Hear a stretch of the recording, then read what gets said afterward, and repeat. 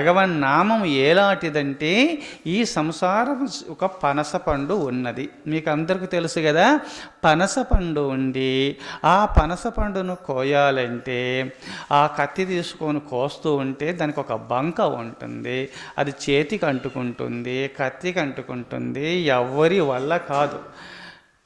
ఆ పనస పండును కొయ్యాలంటే నూనె చేతులకు పూసుకొని కత్తికి పూసుకొని కోస్తే అవలీలగా ఆ పనస పండులో ఉన్నటువంటిని ఆ పండును స్వీకరించి క్షుద్బాధ నివారణ చేసుకున్న రీతిగా ఎవరైతే ఈ సంసారమైన సముద్రంలో ఎవరు కూడా దీన్ని దాటలేరు సుమా. ఏది భగవన్నామామృతము, వైరాగ్యమైన తైలము అంటే చింతలు నిరోధించాలి. దైవ చింతన ఎప్పుడు చేస్తున్నటువంటి వారికి చింతలు రావు, వారికి తలనొప్పి నొయ్యదు. వ్యర్థమైనటువంటి భావ్య ప్రపంచం గురించి ఎవరు ఊక చింతన చేస్తుంటారో వారికి తలనొప్పులు వస్తుంటాయి, తల వేడెక్కుతూ బాధపడుతూ ఉంటారు.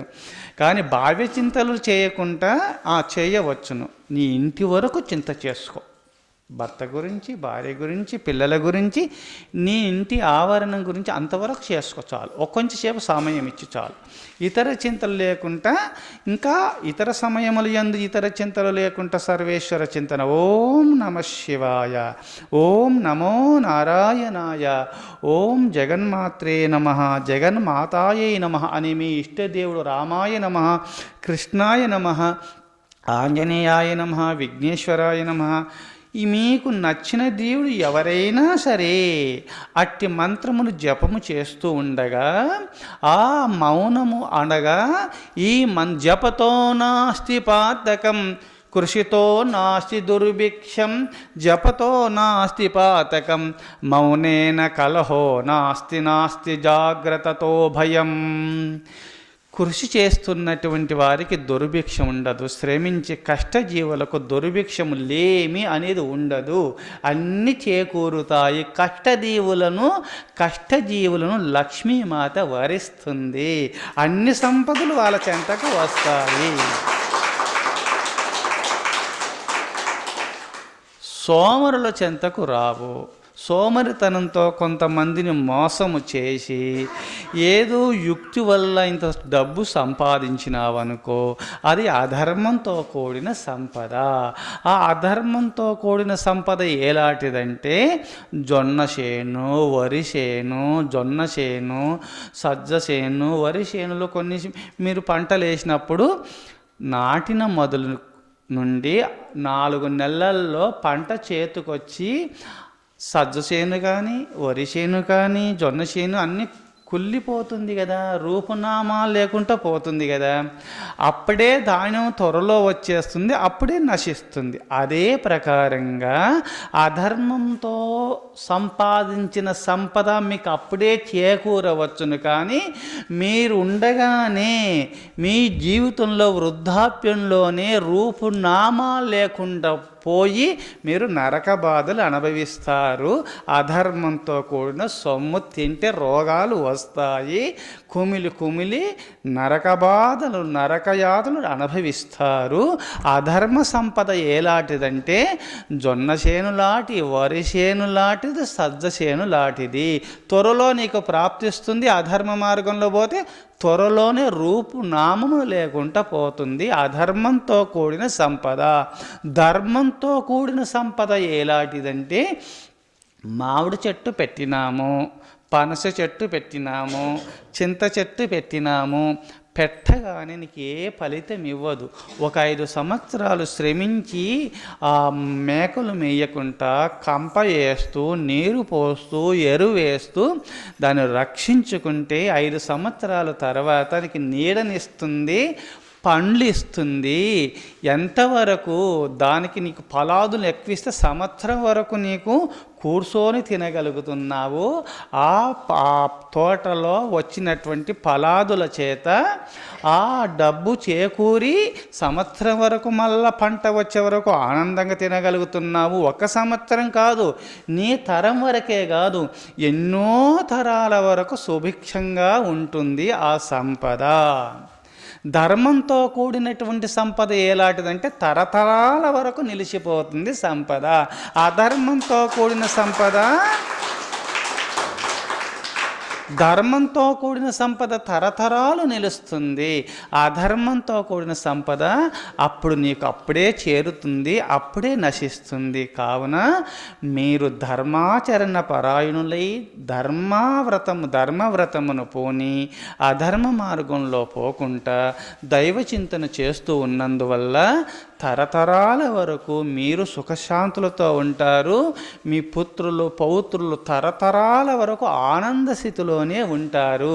అప్పుడు అట్టి వారికి రోగము కానీ రాదు, అక్కడ ఉన్న దుఃఖాలు రావు. అక్కడ ప్రశాంత స్థితిలో జీవితం గడుపుతూ బ్రహ్మసుఖమును పొందటానికి అవకాశము ఉన్నది. ఈ ధర్మాచరణ కలిగినటువంటి పుణ్యపురుషుల చెంతకు మాయ రమ్మన్న రాదు. ఆ భక్తుని చూసి దూరంలో ఉండిపోతుంది. మాయ చెంతకు రమ్మన్న రాదు. పరమ భక్తుని నీడగూడంగా తాకదు మాయ, అనగా సంసారము. సంసారమే మాయ అని చెప్పబడింది.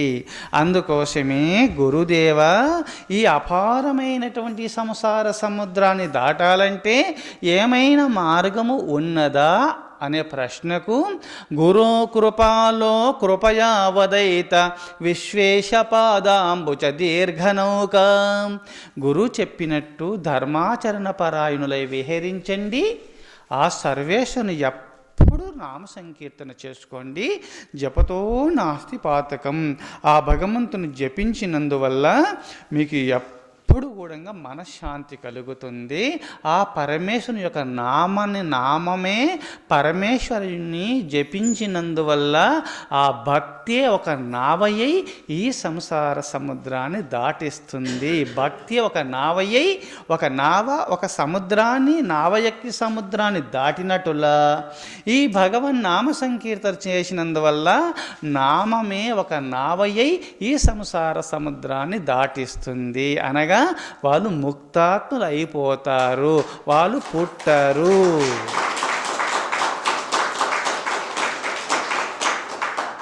వాళ్ళు భగవంతులు ఐక్యమైపోతారు. అనగా సముద్రం అంశ నీరు కావున ఇప్పుడు కోణలో ఉన్నది, పాపాగ్ని నదిలో ఉన్నది, ఆశ్రమంలో ఉన్న నీరంతా సముద్రం అంశ అయినట్టుగా మీరందరూ మనమంతా పరమాత్మ అంశ. ఆ సముద్రంలో ఉన్న నీరుమే సూర్యరశ్మి ద్వారా మేఘావృతిని పొంది అక్కడక్కడ నీరు కురిసినందువల్ల అది చౌడు భూమిలో పడితే ఉప్పుగా, సారవంతమైన భూమిలో పడిందనుకో తీయగా ఉంటుంది. భూధాతులం బట్టి నీరు రుచులు మారినట్టుగా పరమాత్మ అందరిలో ఉన్నారు. మీ ఆహార విహార దోషాదుల వల్ల మీ హృదయము మాయ ప్రవేశిస్తుంది. ఒకరికి రజోగుణము, ఒకరికి తమోగుణము, ఒకరికి సాత్విక గుణాలుగా మారుతున్నాయి. తమోగుణం ఆహార దోషాదుల వల్లనే మానవుడు తమోగుణమైనటువంటి ఆహారం తింటే తమోగుణము సిద్ధిస్తుంది. అనగా రజోగుణమైనటువంటి ఆహారం తింటే మీకు రజోగుణము సిద్ధిస్తుంది, రజోగుణ స్వరూపులైపోతారు. సాత్వికమైనటువంటి ఆహారము మధుమాంసాలు లేకుండా పాలు, పండ్లు, నెయ్యి, ఉన్న ఆకుకూరగాయలు ఇవన్నీ శాకాహారమును సాత్వికాహారము తిన్నందువల్ల మనసును జయించి, ఇంద్రియాలు జయించి తన్ను తాను తెలుసుకొని సర్వేశ్వర ధ్యానం చేస్తూ ఆ బ్రహ్మసుఖమును పొందే మార్గము దారి అవుతుంది సత్వగుణము. అందుకోసమే ఆ సర్వేశ్వర ధ్యానం చేయట నిమిత్తమై ఆ సత్వగుణ సంపన్నులు మీరు కావాలంటే తమోగుణమైన రజోగుణమైన మాంసాహారమును, మత్తు పానీయములు దాంట్లో జోలికి పోకుండా దాంట్ని వదిలేసేసి కేవలము ఆకుకూరగాయలు, పండ్లు, రకరకాలుగా ఉన్నటువంటివి మీరు తిన్నందువల్ల ఆరోగ్యము ఉంటుంది. ఆ మాంసాహారాదులు మున్నగు తిన్నందువల్ల దాన్ని చంపుతూ ఉంటే అది భయాందోళన కలిగి బాధతో మరణిస్తుంది. కావున అట్టి ఆహారము తిన్నందువల్ల అది రసమై రక్తమై ఇది నీకు ఆ సప్తధాతులుగా మారి మనసు రూపంలో పరిణమిస్తుంది ఆహారము. అప్పుడు మీకు మనసు ప్రశాంతత ఉండదు, ఎప్పుడు దుఃఖము బాధ. ఎందుకంటే మాంసాహారము అది మనం చంపుతూ ఉంటే ఆ కత్తిని చూసి భయపడుతుంది, ఆ గొంతు పైన కత్తి పెట్టి కోసినప్పుడు తల్లడిల్లుతుంది. కావున అట్టి ఆహారము మనసుగా మారినప్పటికీ మీకు మనశ్శాంతి ఉండదు. ఏదో అన్ని ఉండినా సరే ఏదో మనశ్శాంతి బాధ కలుగుతుంది. అట్టి బాధలు లేకుండా మీరు జీవించాలంటే శాకాహారము తినండి. ఆశ్రమంలో బోర్డు రాసినారు, ఇంకా అతికించలేదు, ఇంకా 2 గంటలకు 3 గంటలకు అతికిస్తారు. కంప్యూటర్లో అంత టైప్ చేసి పెట్టినారు. పొయ్యి ముందు మీరు అంత గూడంగా మీరు ఫోటోలు తీసుకొని పండి. మాంసంలో ఎంత శక్తి ఉంది, ఒక్కొక్క దాంట్లో ఆకుకూరగాయలు ఎంత శక్తి ఉంది అక్కడ అతికిస్తారు. ఆ పేపరు ఇంకా సమయం లేనందువల్ల అతికించలేదు, 3-4 గంటలకు అతికిస్తారు. ఆశ్రమంలో యూట్యూబ్ ఛానల్లో కూడా ప్రకటిస్తాము. మాంసంలో ఉన్నంత జిడ్డు బలహీనత ఎందులో లేదని చెప్పినారు డాక్టర్లంతా కూడా. పూర్వీకులైన డాక్టర్లు ఒక దగ్గర కూర్చొని అన్నీ నిర్ణయించినారు. జిడ్డుతనం ఎందులో ఉందంటే మాంసంలో ఉన్నది, బలహీనత ఎందులో ఉన్నది మాంసంలో, రజోగుణం ఎందులో ఉన్నది మాంసంలో. ఆ పుణ్యపురుషులైన డాక్టర్లు నిర్ణయించినారు. ఇప్పుడున్నటువంటి కొంతమంది డాక్టర్లు డబ్బు సంపాదించుట నిమిత్తమే కొంతమంది చదువుతారు. కొంతమంది పుణ్యపురుషులు లోకసేవ చేయుట నిమిత్తం ఉన్నారు. ధర్మపురుషులైన డాక్టర్లు అందరూ లేరు. కొంతమంది దగ్గరికి పోతే మాంసం తినొద్దు అని చెప్తారు. కొంతమంది ఏం చెప్తారంటే మాంసము తింటే రోగాలు వస్తాయి, ఈ జనాభా రోగగ్రస్తులైపోయి మా ఆసుపత్రికి వస్తే డబ్బులు వస్తాయని చెప్పి మీరు మాంసం తినండి మాంసం తినని చెప్తున్నారు సైతాన్ అంశతో కూడిన డాక్టర్లు. వైద్యో నారాయణో హరి, వైద్యుడు నారాయణ స్వరూపుడు, సాక్షాత్ పరమాత్మ స్వరూపుడు. ఎప్పుడు కూడా అధర్మం గురించి తమోగుణ రజోగుణమైన ఆహారాల గురించి ఏ డాక్టర్లు చెప్పరు. సాత్వికమైన ఆహారం గురించి సర్వేశ్వరుని పొందే మార్గాన్ని చూపించేవారే నిజమైన వైద్యులు, వాళ్ళే డాక్టర్లు. అందుకోసమే మధుమాంసాలు మీరందరూ మానేసుకొని, ఎందుకు చెప్పుతున్నానంటే మీ కొడుకులు మీ మాటలు వింటలేరు, చెప్తే ఇంటలేరని మీరు తల్లడిల్లుతున్నారు. కారణం ఏంటంటే మీ పిల్లలకు మాంసం పెట్టినందువల్ల పులి పిల్లలు ఉంటాయి, పిల్లి పిల్లలు ఉంటాయి. జంతుశాలలో మాంసం పెట్టి ఆ పులి పిల్లలకు పెట్టినందువల్ల రజోగుణంతో ఎట్లా ఉంటాయో, ఆ జంతుశాలకు ఒక మనిషి పోతే ఎట్లా చంపుకొని తింటాయో, దయా దాక్షిణ్యం అనేది ఉండదు దాంట్లకు. అట్నే గోవు శాకాహారం తింటుంది. కావున మీకు అందరికీ తెలుసు కదా, ఇక్కడ ఉన్న పెద్ద అమ్మలు నాయనలకు తెలుసు కదా, దాన్ని కొట్టినప్పటికైనా ఏడ్చుకుంటా నన్ను కొట్టొద్దు నన్ను క్షమించు అని చెప్పి తప్పు మనదైనా సరే అది క్షమాపణ చెప్పుకొని దొడ్డుకొస్తుంది కదా. అదే పిల్లిని కొట్టుగల్ల వాకిలేసి పొరపాటుతో కొడితే అది పులి గొంతు బట్టి సంపుతుంది, గొంతు కొరికేసి సంపుతుందని పెద్దలు అనగా నేను విన్నాను. పిల్లే పులి అవుతుంది, అది చిన్న జంతువు కదా. కారణం ఏంటంటే అది మాంసాహారము తింటుంది, వేటాడుతుంది. అందుకోసం మాంసాహారం తిన్నందువల్ల క్రూరత్వము పెరిగింది. మన బిడ్డలకు మాంసాహారం పెట్టినందువల్ల వాళ్ళ మనసును ఇంద్రియాలు జయించే శక్తి లేక, అదుపులో పెట్టుకునే శక్తి లేక జ్ఞానశూన్యులై జ్ఞానము లేనందువల్ల మాతృదేవో భవ, పితృదేవో భవ, ఆచార్య దేవో భవ, అతిథి దేవో భవ అనే వేద సూక్తులు వాళ్లకు నేర్పనందువల్ల, తెలుసుకోలేనందువల్ల వాళ్లకు మాతాశత్రుపిత వైరి ఏల బాలోన పాటిత, తల్లిదండ్రులకే శత్రులవుతున్నారు కుమారులు. కారణం ఏంటంటే తల్లిదండ్రులదే తప్పు సుమ, వాళ్ళను అట్లా పెంచనందువల్లనే మనకు విరోధులైపోతున్నారు. అందుకోసం ఇక్కడి నుంచి మనము తినకూడదు, వారికి పెట్టనందువల్ల సత్వగుణ సంపన్నులై గోమాతలాగా గోదూడలాగా మీ పాదముల చెంత ఉంటారు. వాళ్ళు ఉద్ధరింపబడతారు, మిమ్మల్ని ఉద్ధరింప చేస్తారు.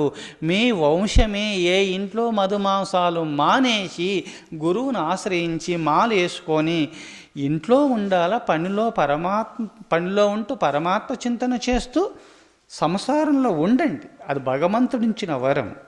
ధర్మాచరణ కలిగి దైవ చింతన చేస్తూ గురుభక్తులై దైవభక్తులై మీరు ఉన్నందువల్ల మీరు తరించేదే కాదు, మీ తల్లిదండ్రులు, మీ తాతలు ముత్తాతలు చనిపోయిన వాళ్ళు తల్లి పరంగా 60 తరాలు, తండ్రి పరంగా 60 తరాలు చనిపోయిన వాళ్ళు, ఇంకా పుట్టి చనిపోయే వాళ్ళు కూడా నీ తర్వాత కూడా తల్లి పరంగా 60 తరాలు, తండ్రి పరంగా 60 తరాలు. ఇక్కడ తల్లి పరంగా 120 తరాలు, తండ్రి పరంగా 120 తరాలు, 240 తరాలు తరిస్తారు. మధుమాంసాలు మానుకొని భక్తులైన కుటుంబం అంతా తరిస్తుంది.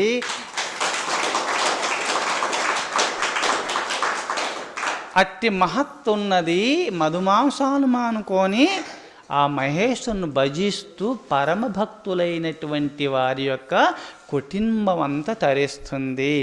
ఎట్లా అంటే మధుమాంసాలు మానుకొని మహేశ్వరుని భజిస్తున్నటువంటి వారు తామరాకు లాంటి వాళ్ళు. తామరాకు నీటిలో పెట్టి అది బురదలోనే పుట్టింది, బురదలోనే పెరిగింది. నీటిలో పుట్టింది, నీటిలో పెరిగినటువంటి తామరాకు నీరు అంటబడనట్లా మీరు సంసారులకే పుట్టినారు, సంసారంలోనే ఉన్నారు, సర్వేశ్వర చింతన చేస్తున్నారు కావున మీకు పాపం అంటబడదు. తామరాకు నీరు ఎట్లా అంటబడదో మీకు పాపము మీ చెంతకు రాదు, మీకు పాపం అంటబడదు. మీరు పరమ పవిత్రులై ఆ సర్వేశ్వరంలో ఐక్యమైపోతారు, తరించగలుగుతారు. అందుకోసమే ఈ అపారమైన సంసార సముద్రాన్ని దాటాలంటే అపార సంసార సముద్ర మధ్యే సమ్మజ్జతో మే శరణం కిమస్తి గురో కృపాలో కృపయా వదైత విశ్వేశ పాదాంబుజ దీర్ఘనౌక. ఆ భగవంతుని యొక్క నామాన్ని నావగా చేసుకొని మీరు సంసార సముద్రాన్ని దాటాలి. అన్య చింతలు మాని కోరికలు అదుపులో పెట్టుకొని సర్వేశ్వర చింతన చేసుకుంటూ వైరాగ్యము కలిగి ఉండాలి. వైరాగ్యం అంటే ఏమి అని ఒక ప్రశ్న. వైరాగ్యం అంటే ఏమిటి? ఉన్నదాంతో తృప్తి పడాలా, లేనిది ఆశించకుండా ఉండడమే వైరాగ్యం.